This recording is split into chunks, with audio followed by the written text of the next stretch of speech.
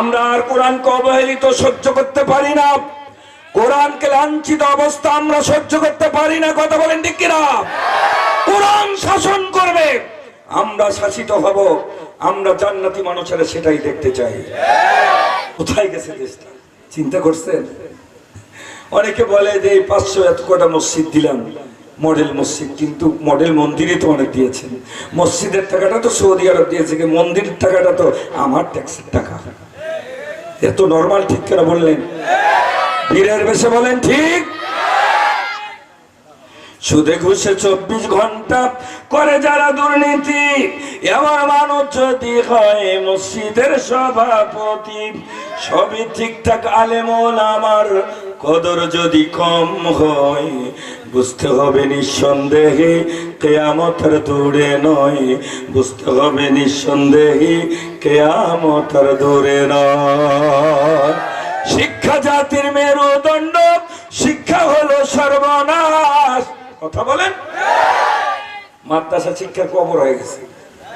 এখন আমাদের ইসলামী বইয়াতে ক্লাস 6-7 সেখানে হিন্দুদের যত ছবি, ধর্মের যত এই দুর্গার ছবি, কালীর ছবি দিয়ে ভর্তি করা হয়েছে। নাউজুবিল্লাহ বলবেন না? শিক্ষা জাতির মেরুদণ্ড, শিক্ষা হলো সর্বনাশ। মুসলমানের বই পুস্তকে হিন্দুয়ানি সিলেবাস। কথা বলেন, কথা বলেন ঠিক কিনা? শিক্ষা জাতির মেরুদণ্ড, শিক্ষা হলো সর্বনাশ।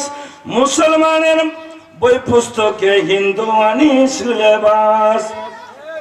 কেমনে দেখাবো কিয়ামতে, কেমনে দিব কিয়ামতে, কেমনে দিব মুসলমানের পরিচয়, বুঝতে হবে নিঃসন্দেহে কিয়ামতের দূরে নয়, বুঝতে হবে নিঃসন্দেহে কিয়ামতের দূরে নয়। কথা বলেন। অযোগ্যরা দেখবেন যখন যোগ্যতার চেয়ারে রয়, বুঝতে হবে নিঃসন্দেহে কিয়ামতের দূরে নয়। আজকে গুরুত্বপূর্ণ অনেক জায়গা অযোগ্য অথর্ব লোকেরা দখল করে বসে আছে। কথা বলেন ঠিক কিনা? সম্মানিত আল্লাহর প্রিয় বান্দাগণ, আল্লাহ রাব্বুল আলামিন বলেন, ওয়া মান ইয়াবতাগি গায়রাল ইসলামি দীনান ফালাই ইউকবালা মিনহু ওয়া হুয়া ফিল আখিরাতি মিনাল খাসিরিন।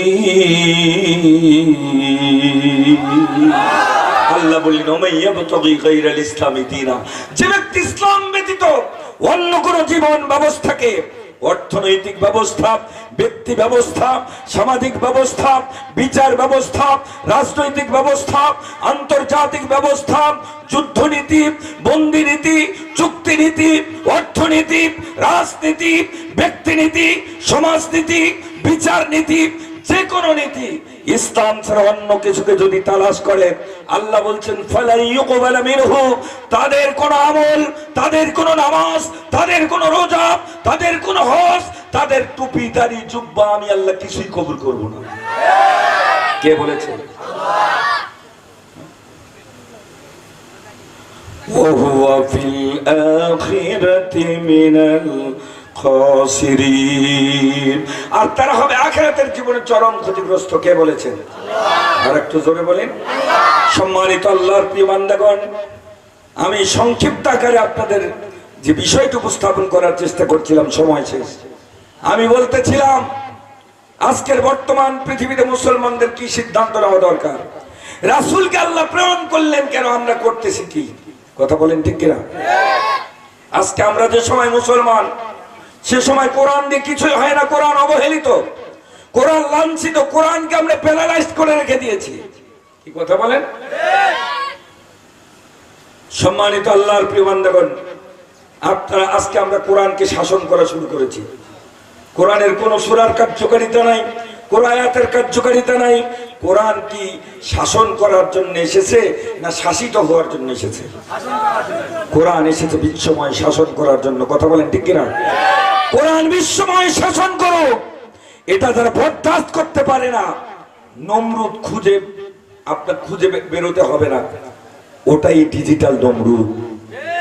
কোরআন বিশ্বময় শাসন করুক, এটা যারা সহ্য করতে পারে না, ফেরাউন খুঁজতে হবে না, ওটাই ফেরাউনের ফটোকপি। কথা বলেন ঠিক কিনা?